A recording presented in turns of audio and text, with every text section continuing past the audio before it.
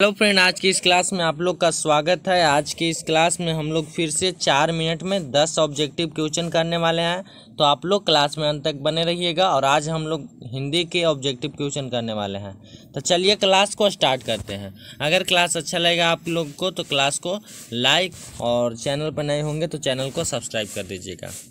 तो चलिए, आज का हमारा सबसे पहला क्वेश्चन है कि बाबा साहेब भीमराव अंबेडकर का जन्म किस राज्य में हुआ। बाबा साहेब भीमराव अंबेडकर का जन्म किस राज्य में हुआ।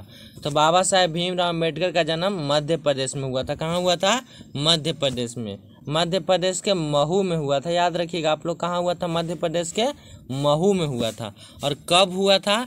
तो 14 अप्रैल 1891 में हुआ था। कब हुआ था? 14 अप्रैल 1891 में। याद हो जाएगा, 14 अप्रैल 1891 में।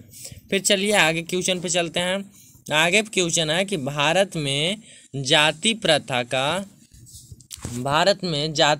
का मुख्य कारण क्या है। तो भारत में जाति प्रथा का मुख्य कारण बेरोजगारी है। क्या है? बेरोजगारी है। ठीक है। फिर है आगे कि मदन के लिए क्या खाना मामूली बात थी। और यह क्वेश्चन बहुत महत्वपूर्ण है। यह सब क्वेश्चन जो हो रहा है 4 मिनट में 10 तो ये सब बहुत महत्वपूर्ण है। मदन के लिए क्या खाना मामूली बात थी। तो मदन के लिए अपने पिता से मार खाना मामूली बात थी। ठीक है। फिर आगे है कि सेन साहब की आंखों का तारा कौन था। सेन साहब के आंखों का तारा कौन था, यानी तारा कौन है? तो खोखा है। कौन है? खोखा, जो कि सेन साहब का पुत्र है। क्या है? पुत्र है। इसको क्या कहते हैं? और इसको कासू कहते हैं। सेन साहब खोखा को कासू कहते हैं, यानी रियल नाम ही कासू है। ठीक है। फिर है कि नलिन विलोचन शर्मा का जन्म कब हुआ। नलिन विलोचन शर्मा का जन्म कब हुआ? तो 1916 में हुआ। कब हुआ? 1916 में।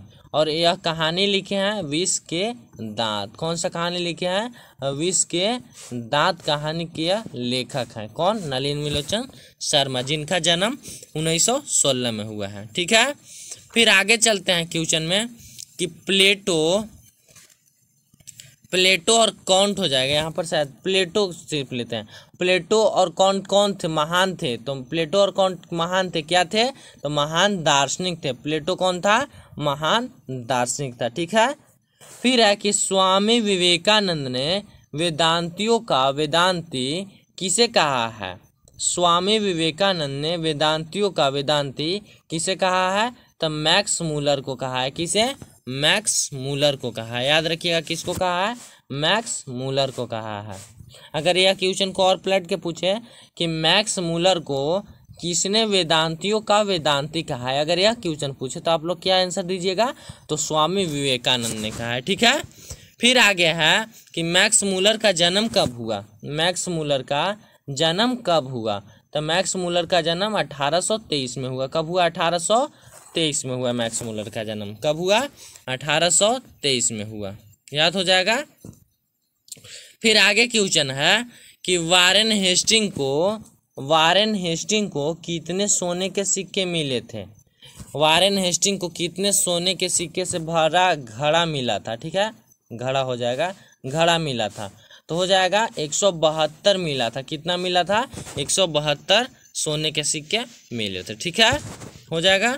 फिर है कि अनाम दास का पोथा, यहाँ पर पोथा हो जाएगा।